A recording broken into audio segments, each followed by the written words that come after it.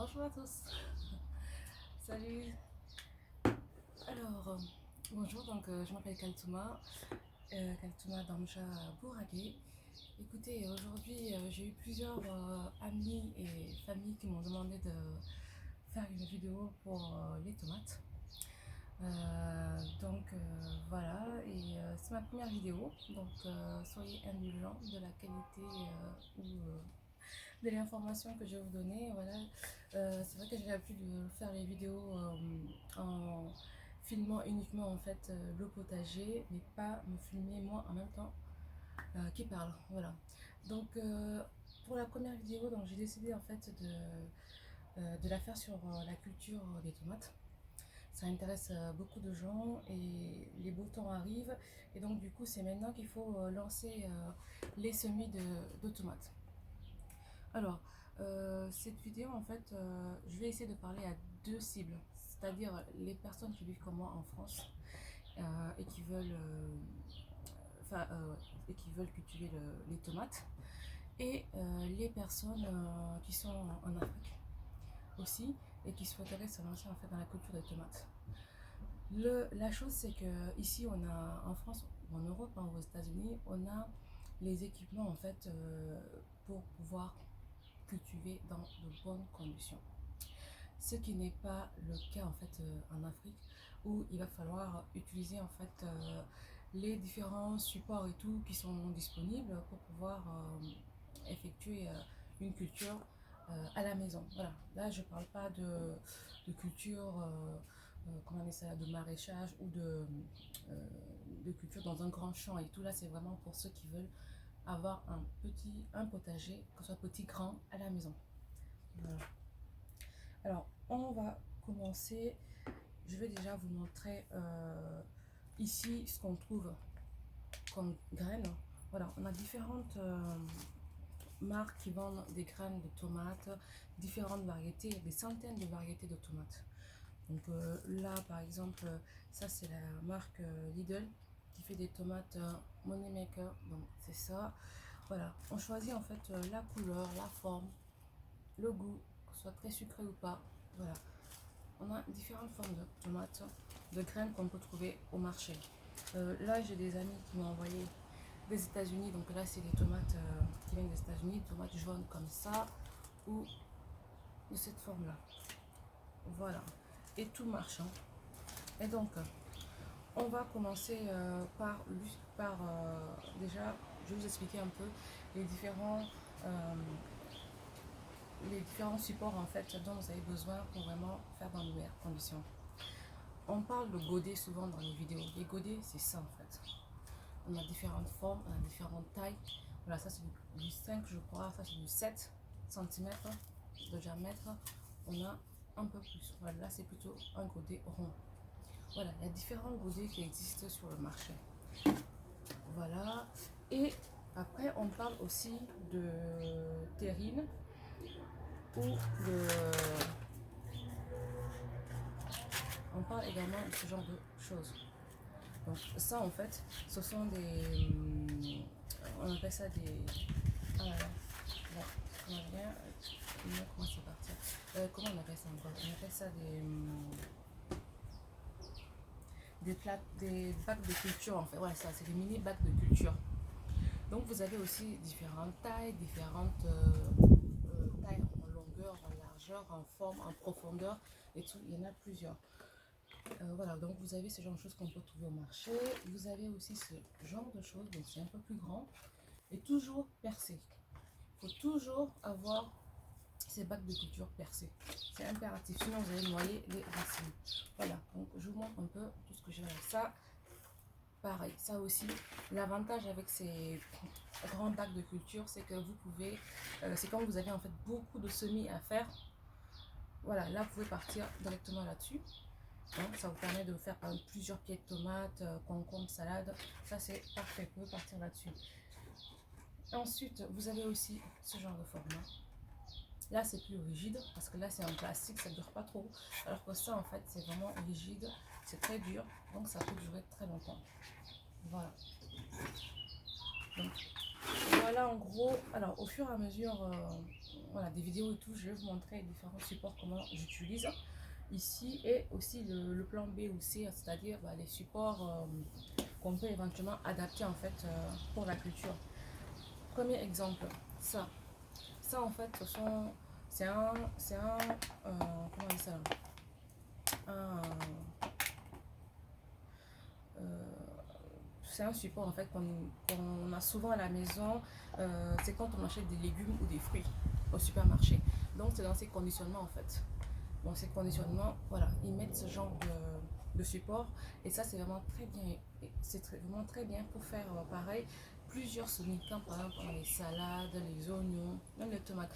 Quand il y en a beaucoup en fait, il vaut mieux utiliser ce genre de terrine. Voilà, ça c'est le langage potager, on dit une sorte de terrine en fait.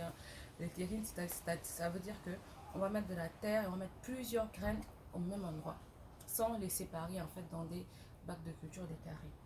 Donc vous avez ce genre de choses, et ça aussi, voilà, tout ça ce sont des supports, des emballages en fait qu'on trouve au supermarché quand on achète la viande, le légumes, les poissons. Donc ça c'était un truc de chocolat. C'était voilà, à Noël, j'avais gardé en fait ces supports là où il y avait des chocolats. Voilà, ça sert aussi. Il suffit juste de faire un trou. Donc vous voyez, j'ai déjà même utilisé la terre. Il suffit de faire un trou pour le drainage, pour que l'eau puisse s'évacuer. Sinon, ça va noyer les racines. Et voilà, et c'est bon. On peut utiliser n'importe quel support. Voilà, voilà. Voilà. Alors, on va commencer par déjà préparer le support, le godet. Prenons le cas où voilà, vous n'avez rien à la maison, je veux dire, vous n'avez rien de support en fait déjà tout prêt pour spécial semis, spécial plante. Vous prenez ça par exemple. Ça, voilà. Vous trouvez facilement au supermarché hein, quand vous achetez des légumes, des fruits également. Et qu'est-ce qu'on va faire? C'est qu'on va remplir la terre de terreau de semis. On appelle ça terreau de semis en fait parce que c'est très très léger. Il faut que la terre soit vraiment légère pour que les premières racines de la graine puissent passer à travers la terre, transpercer la terre pour pouvoir faire des racines et se développer. Donc c'est important d'avoir un bon terreau. Donc moi j'utilise en fait ce terreau à Jardiland, c'est bien écrit terreau de semis. Voilà. Vous voyez. Donc ça c'est un terreau, et quelle est la différence entre ce terreau et un terreau classique? C'est que ce terreau en fait il est très très fin, léger, voilà. Il est très fin et léger par rapport à un terreau, on va dire classique, qui ressemble plutôt à... Alors attendez, je vais essayer de vous montrer la différence. Je vais vous mettre là un bout de terreau et là. Regardez. Là, en fait, voilà, vous avez ce terreau qui est très fin, très très léger. Vous voyez, il n'y a pas de gros morceaux. Il y a un peu de fibre de coco, mais très très léger. Alors qu'ici, vous avez des morceaux de bois. Voilà, il y a des morceaux de bois. Par exemple, ça, il y a pas mal de choses. Il y a aussi de l'engrais. Pour le terreau de semis, vous n'avez pas besoin d'engrais pour le moment. Voilà. Donc ça, c'est... Voilà, pour commencer, je vous explique déjà, parce que c'est très important en fait d'avoir un bon terreau. Alors, pour les amis donc du côté de l'Afrique, si vous n'avez pas de terreau comme ça, de semis, il suffit de prendre la terre du jardin, d'accord? Vous prenez la terre du jardin et après avec un tamis, vous allez tamisser en fait pour retirer tous les gros morceaux, d'accord? Avec un tamis, hein. Ça, on peut trouver ça facilement partout. Hein. Donc voilà, on a fait qu'on utilise beaucoup de tamis. Donc avec un tamis, en fait, vous pouvez tamiser la terre pour vraiment recueillir que le... Je vais vous montrer. Alors là, vu que c'est tout petit, je vais faire doucement pour ne faire ça rien. Vous faites ça, comme ça, vous tamisez. Et puis après, Voilà, je vais vous montrer. Regardez. Vous avez vu, là, c'est les gros morceaux qui restent. Et là, vous avez la bonne terre toute légère. C'est ça. Donc, après avoir fait ça, voilà. Et ensuite, donc, comme là, je peux mettre carrément là-dedans. Alors, donc, on remplit. Vous pouvez utiliser des gants pour travailler et tout. Je sais qu'il y a des personnes qui utilisent des gants. Moi, ça dépend. Vraiment, j'aime bien le faire à la main aussi parce qu'on sent ce qu'on fait. Voilà, par exemple, quand il y a des gros morceaux comme ça, on peut retirer. Mais voilà.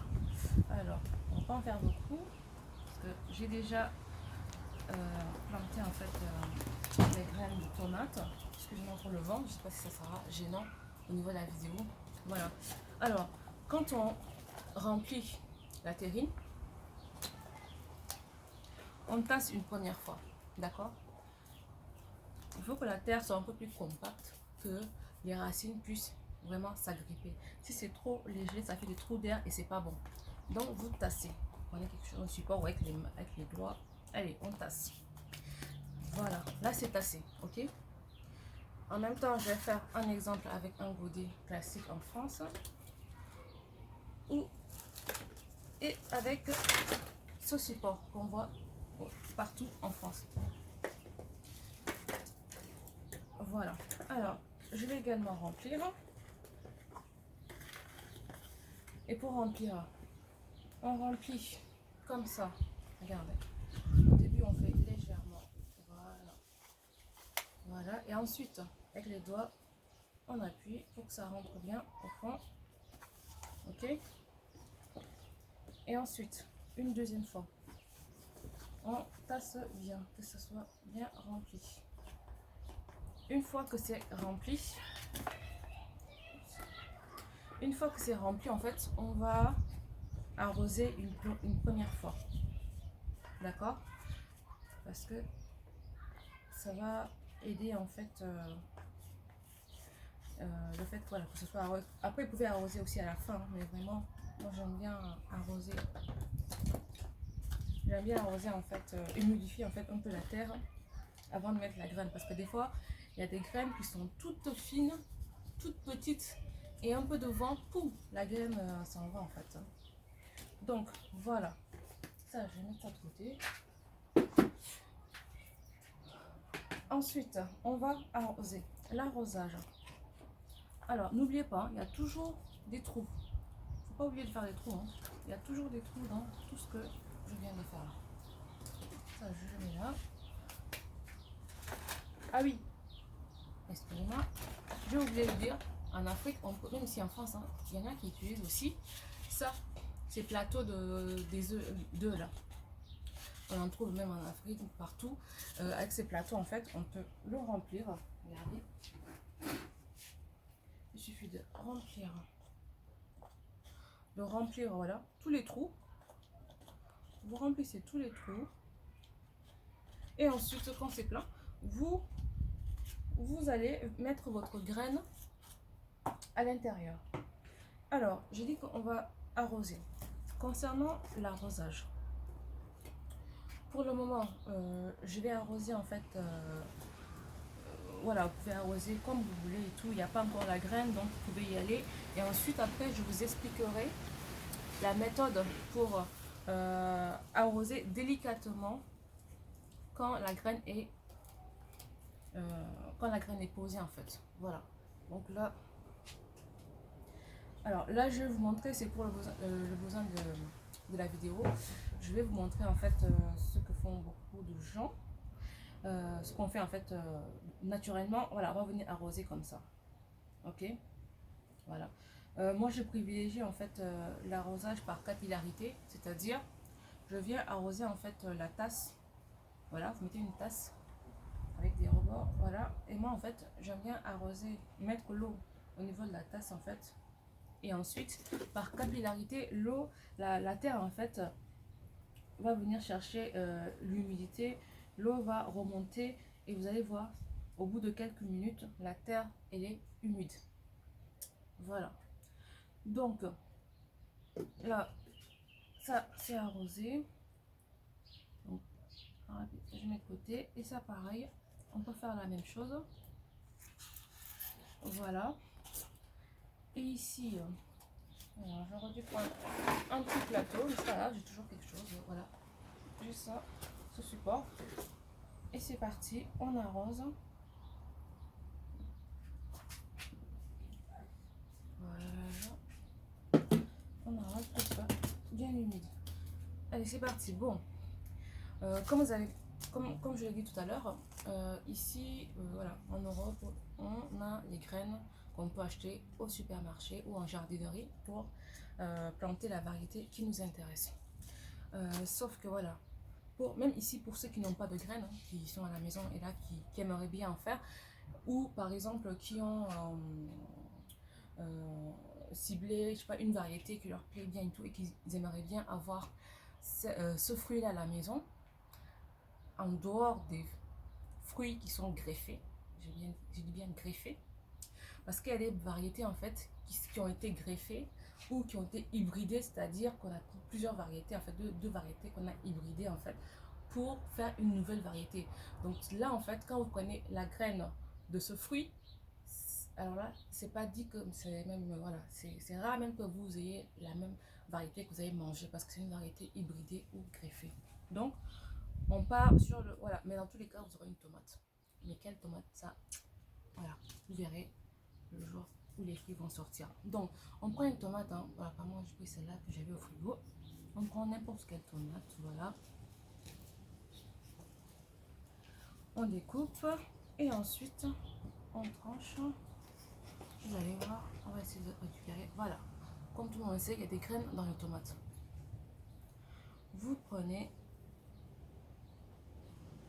vous voyez là, soit vous pouvez retirer les graines individuellement, voilà, ou sinon vous pouvez carrément comme ça venir mettre, hein, regardez, je pose directement sur la terre et c'est tout.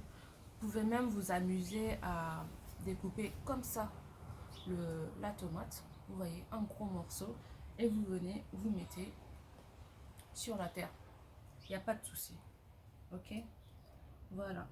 Alors, oups, c'est tombé dans l'eau. Allez, voilà, là ici il y a plusieurs pieds. Voilà, on a fait ça comme ça. Alors, imaginons que, voilà, vous avez votre sachet de graines. Alors, je vais nettoyer les mains parce que les graines doivent rester au sec. Vraiment pas pour les graines qui vont rester. Hein, voilà, pour éviter que ça aille pourrir l'ensemble des graines qui sont à l'intérieur. Voilà, voilà. Alors, je vais essayer de récupérer la graine. Vous allez voir, c'est la même chose. Voilà. Je sais pas si vous voyez. Vous avez vu, non? Les graines. En fait, ce sont les graines de tomates là qui sont là, qu'on récupère, qu'on fait sécher et qu'on met dans les sacs. Hein. C'est tout simple. Ouais. Donc voilà, vous prenez ces graines là. Et là, soit vous mettez deux par trou ou une graine. Alors souvent les gens mettent deux, c'est pour au moins avoir une graine. Et si les deux ont levé, soit on a besoin de toute cette quantité, donc on garde, ou sinon on élimine en fait le pied qui est moins costaud, le moins vigoureux.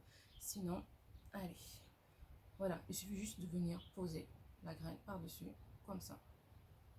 Vous voyez? Et là, on pose la graine, ok? Et là, comme la terre elle est humide, il n'y a rien qui s'envole, et puis ça va permettre de vraiment déjà avoir l'hydratation avant même de commencer. Ensuite, donc pareil, hein, on peut faire pareil, on pose la graine ici et on ferme. Et après, quand on a fait ça, on reprend la terre. Alors là arrive la partie qui est un peu plus délicate. Pourquoi beaucoup de gens en fait disent ah mais j'ai planté plusieurs graines de tomates ou de qu'importe surtout pour les légumes et fruits en fait qui ont des graines qui sont toutes petites et ce n'est pas sorti, voilà, ça n'a pas marché et tout, ma graine n'a pas germé. Et en fait, il faut faire très attention parce que la terre, il faut vraiment qu'elle soit légère.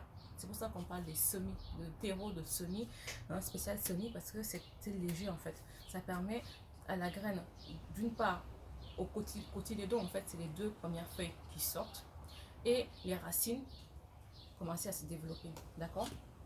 Donc ce qu'on fait, c'est que on prend un tamis. Ah, j'aurais dû apporter mon... Parce que cet tamis, en fait, il est un peu grossier, mais c'est pas grave. J'ai un tout petit tamis de cuisine là que j'utilise, qui est très fin. Ce n'est pas grave. Alors, on prend un peu de terre, de terreau, et ensuite, on vient tout simplement...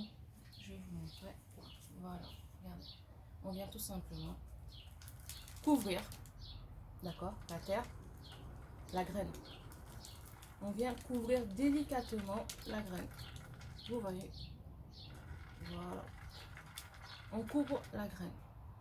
Voilà. Alors, ici, comme c'est de la tomate fraîche, que j'ai utilisée en fait toute là. Là, en fait, on peut y aller un peu plus, voilà, à la main aussi, on peut faire. On vient, on dépose, voilà, légèrement. Tac, tac, c'est bon. Ici aussi, on vient, on dépose pour couvrir. On vient, on dépose, voilà, pour couvrir. Ok? On couvre bien. Ensuite, pour ça là, quand c'est terminé, ce qu'on fait, c'est qu'on vient légèrement tasser. D'accord? Pas appuyer comme... voilà. On vient léger parce qu'il y a des graines en fait qui peuvent casser selon la graine. Donc on vient légèrement, on tasse. Ok? Et vous voyez le fait que ce soit humide en fait fait que tout de suite ça adhère, ça tient, ça bouge pas. Voilà, vous voyez? Ok, voilà, on tasse. Quand c'est tassé, et là maintenant on va arroser. L'arrosage, comme je le disais au début, quand c'est des petites graines, il faut vraiment privilégier l'arrosage par trempage. D'accord? Trempage, capillarité, c'est ça. On met dans une tasse ou un bol de l'eau. On vient poser en fait le godet et après on laisse le godet, en fait on va dire la terre, parce qu'il n'y a pas encore la plante, absorber. Et on peut faire pareil pour la plante quand elle va grandir, grossir et tout, on peut faire ça. Voilà, elle va venir prendre ce dont elle a besoin comme eau et après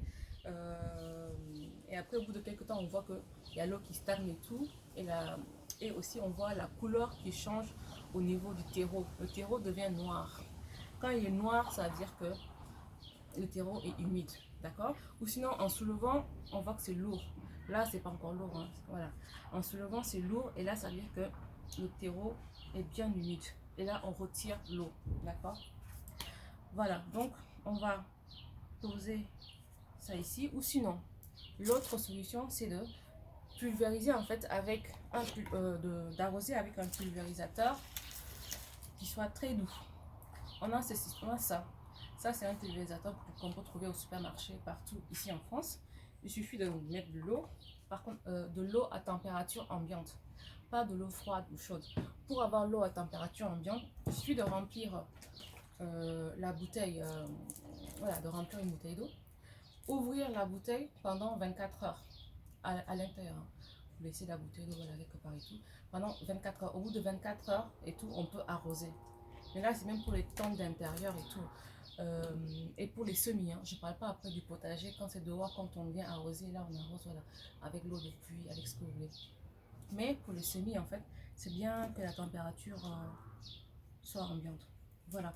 Alors, donc, revenons au pulvérisateur. Donc, on remplit et après, il suffit de faire une pression comme ça.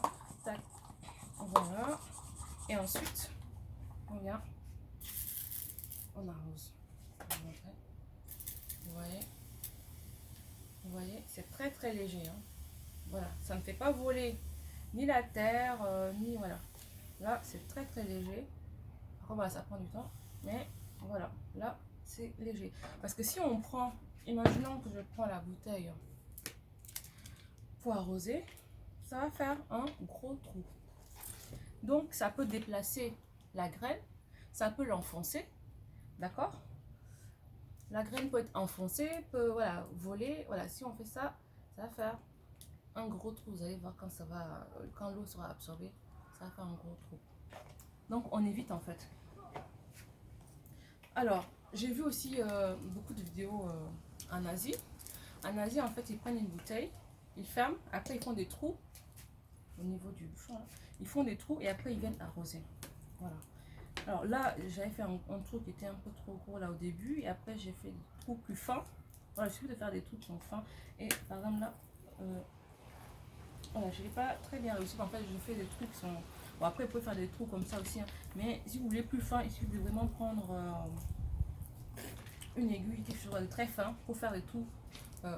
Voilà, beaucoup plus fins. On peut aussi prendre ça. Hein. Ça, on a beaucoup de pulvérisateurs, de comment on appelle, de produits ménagers, autres et tout. Bon, après, il faut bien laver au savon. Mais ça, en fait, c'est du savon noir au tournesol pour les plantes. Donc, voilà. J'ai remis juste de l'eau. Et avec ça, on peut y aller.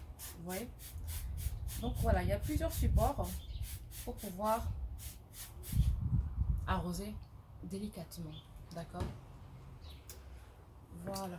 Alors, ensuite, quand c'est prêt, tant que les premières feuilles, c'est-à-dire les deux côtés, les deux ne sont pas sortis, on peut laisser à l'intérieur, au noir, dans le noir et tout, il n'y a pas de problème, il n'y a pas de feuilles, il n'y a pas de photosynthèse, il n'y a pas de problème. Il suffit par contre de mettre au chaud un endroit où il faut que la pièce en fait soit à une température de plus de 20 degrés minimum pour les tomates. 18-20 degrés, 20 degrés minimum pour les tomates.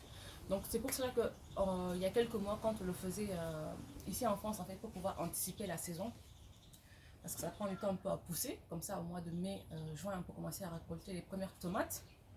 Qu'est-ce qu'on fait en fait? C'est qu'on achète des mini-serres. Ça, ce sont des mini-serres, on appelle ça. Vous avez plusieurs formes hein, de mini-serres. Voilà. Il suffit juste de prendre le godet ou la terrine, de mettre à l'intérieur. D'accord? Et ensuite, de venir fermer pour gagner 2-3 degrés à l'intérieur. Parce que dans les maisons, il fait souvent 18-19 degrés. Et donc, ça permet de vraiment augmenter la chaleur. De 2-3 degrés, voilà. On n'a plus de 20 degrés avec ces terrines.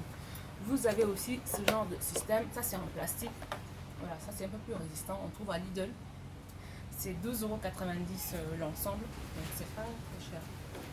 Et vous avez ce système-là. Bon, ça, c'était des semis de haricots que j'ai fait il y a le 19 avril. Voilà. Et donc là, c'est au chaud. Et je ferme comme ça pour aussi garder l'humidité. D'accord? Oula, désolé, j'ai mon voisin qui est en train de... Je sais pas qu'est-ce qu'il fait. Je vais essayer de parler fort. Voilà. Et donc, il suffit de fermer en fait avec une terrine. Ouh là là. Allez, on va essayer d'avancer. Alors ensuite, ici en France, on peut aussi avoir ça. Ce sont des barquettes qu'on trouve au supermarché, par exemple en rayon pâtisserie. Par exemple, si vous achetez des croissants, ou même des fois des légumes, les croissants en fait, vous pouvez utiliser ça. Donc moi des fois, je prenais ça, je mettais le godet, je fermais. Voilà, ça c'est une serre. Donc ça marche très très bien. Ça marche vraiment bien. Donc je vais beaucoup utiliser ça avant d'avoir les mini-serres là, chez Action ou chez Lidl. Voilà. Chez Action aujourd'hui, ils en ont tout le temps. Ces serres là, 2,90 €. Donc vous fermez et ça reste bien au chaud.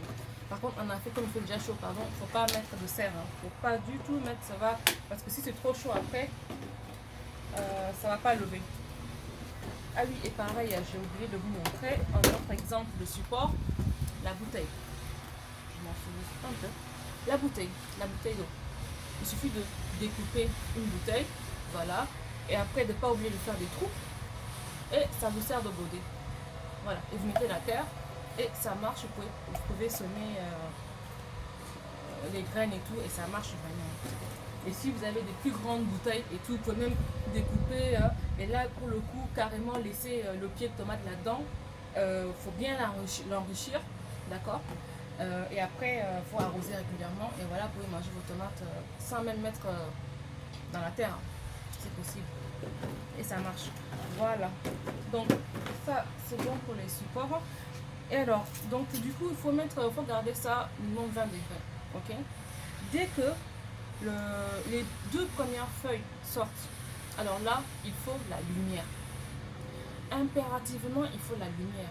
C'est-à-dire, vous mettez soit devant la fenêtre, mais vraiment avec une bonne lumière.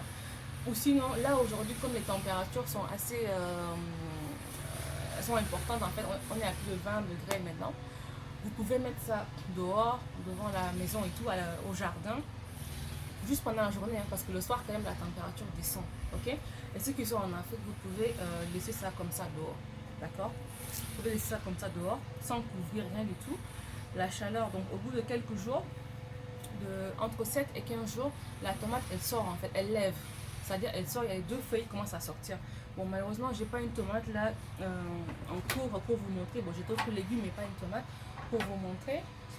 Mais par contre, je peux vous montrer alors les différents stades en fait de tomates que j'ai. Comme ça, bon, voilà, c'est les deux premiers cotylédons, ok.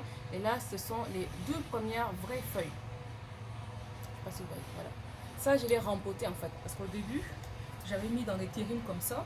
Et après, dès que ça sort, il faut tout de suite rempoter. Rempoter, non, pas rempoter, excusez-moi, là c'est pour les plantes d'intérieur. Il faut repiquer, on dit, pour le potager. Et pour repiquer, en fait, c'est simple. Il suffit de retirer, voilà, la motte, c'est-à-dire un seul élément, c'est la motte en fait, parce que là, la tomate, elle a déjà fait des racines en fait, d'accord. Vous retirez la motte, vous la mettez, vous mettez un peu de terre, de terreau là-dedans, vous posez la motte et ensuite vous rempotez, vous repiquez en fait, voilà. Donc si vous voulez, je pourrais vous faire une autre vidéo pour le repiquage des tomates, sachant que la tomate, quand vous repiquez, c'est-à-dire quand vous mettez dans un pot plus grand, il faut impérativement enterrer jusque là, en dessous des feuilles, d'accord, parce que tout ça là, vous voyez, sont des poils, et ça fait des racines, d'accord, pour que la tomate soit bien vigoureuse. Donc c'est ce que j'avais fait. Et là, je vous montre les différentes étapes.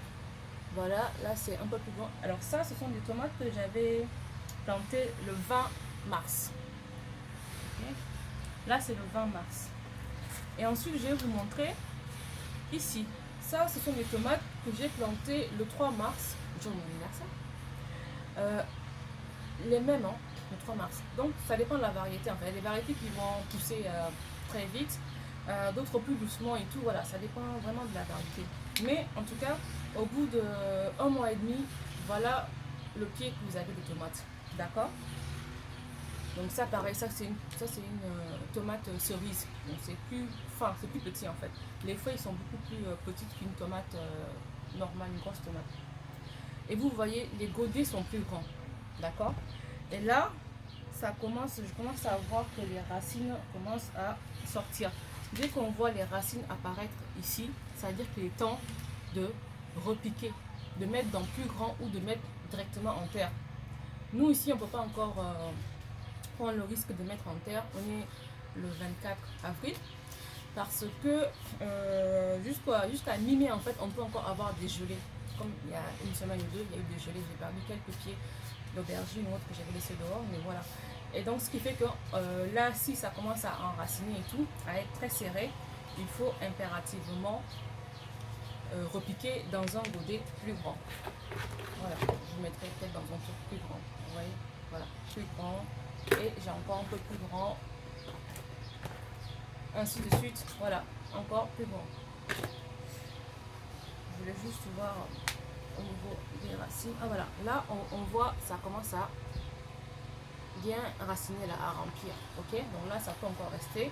Et vous allez voir, il y aura des racines partout en fait. Et là, pour le coup, à partir de ce moment-là, il faut vraiment repiquer parce que ça veut dire que le pied de tomate commence à être serré, il n'a plus de place, il n'a plus de nourriture. La nourriture, c'est dans le terreau.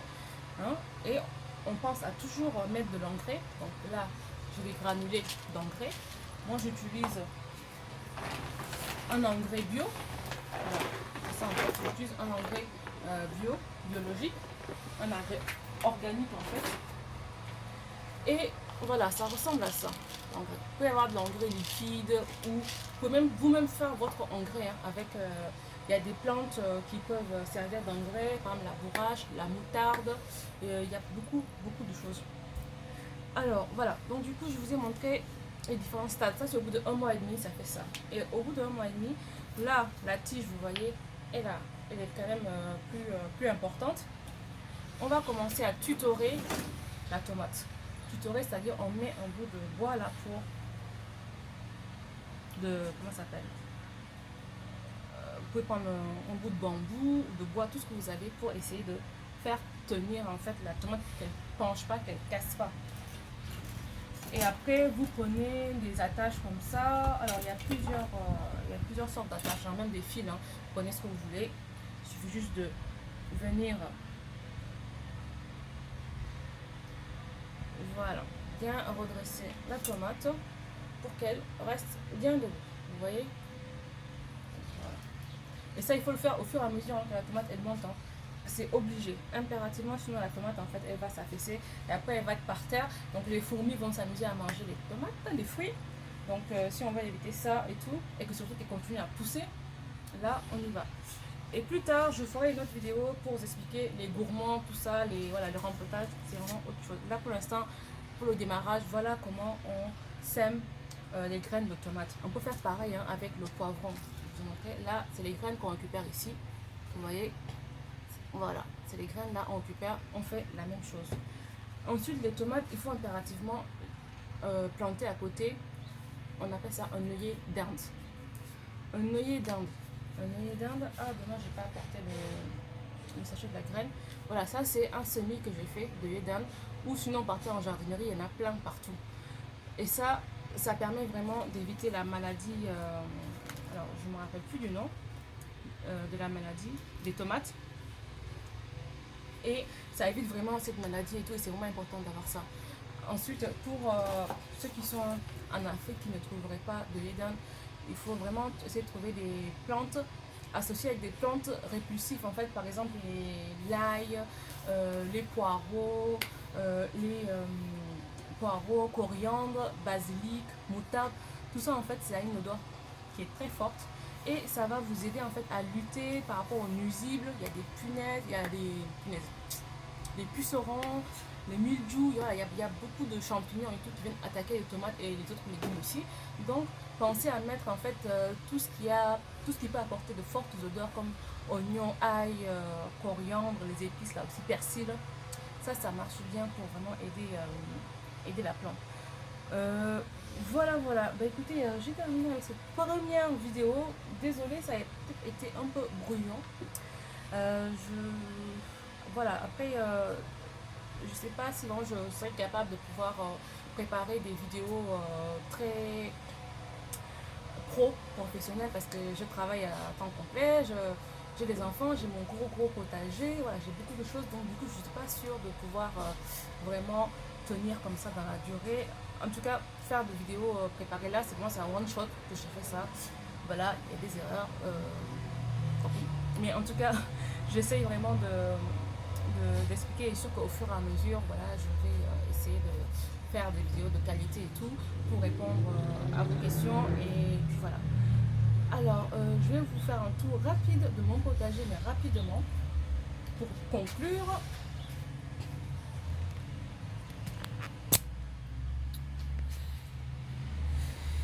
Voilà, alors attendez, je vais retourner. Tac. Voilà, je vais. Alors, tant pis, je vais faire comme ça. Voilà, là ce sont les semis en fait qui sont en cours. Vous les voyez, il y a plusieurs choses hein, là-dedans. Ici les framboisiers, voilà. Ça sont les fèves, haricots. Bon voilà, je vous montre rapidement le potager, à quoi il ressemble. Désolée pour le bruit hein, de mon voisin. Je sais pas si vous voyez. Voilà, je ferai une autre vidéo pour faire le tour de mon potager. Et là c'est vraiment pour vous montrer à quoi ça ressemble, les courgettes, tout ça. Là c'est la serre des tomates. Voilà, c'est les traits. Voilà, ici il y a des oignons, tout ça. le potager aussi enchanté. Là, c'est les poulaillers. Et là, c'est les tomates. Excusez-moi. Les pommes de terre et les choux. Tout ça sont des choux, voilà, partout, entre les pommes de terre. Et voilà. Bon, je vous dis à bientôt. J'espère que la vidéo vous a plu. Salut, à bientôt.